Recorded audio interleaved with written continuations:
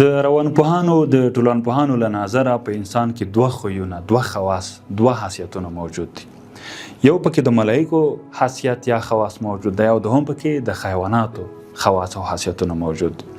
ځینې وخت کې انسانان کولی شي چې دومره لوړ مقام ته ورسېږي چې د ملایکو په قطار کې ځان ودروي، او ځینې وخت په ژوند کې دومره بد حالت ته رسېدلی شي چې د حیواناتو په شان یا د حیواناتو په قطار کې ځان ودروي.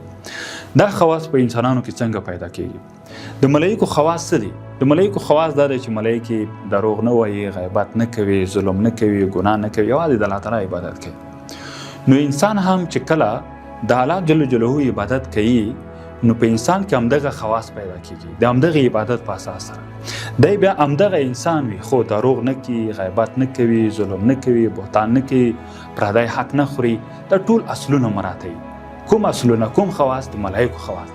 دا انسان باید په ځان پوه شي چې زه د ملایکو په مقام کې یم یا زه د ملایکو په قطار کې ولاړ یم. دوهمه برخه د حیواناتو خواص دي.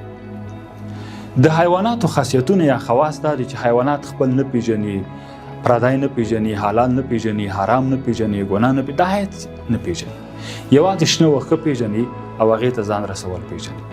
انسانان هم ځینې وخت کله چې د الله جل جلاله عبادت نه کوي، ظلمونه کوي، نورانۍ کوي، پردی حق خوري، د ټول سیستمونه چې کله په انسان کې را پیدا شي دا بیا انسان د حیواناتو خواص ته رسېږي.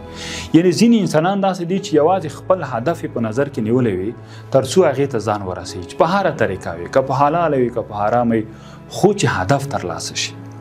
دا ډول انسانان باید په ځان پوه شي چې موږ د حیواناتو په قطار کې حساب شوي.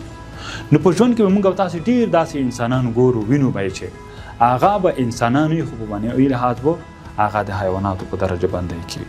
الله جل جلاله موږ او تاسې په دې حالات کې نه حسابوي. الله جل د ملایکو مقام ته او حواسو ته ورسوي.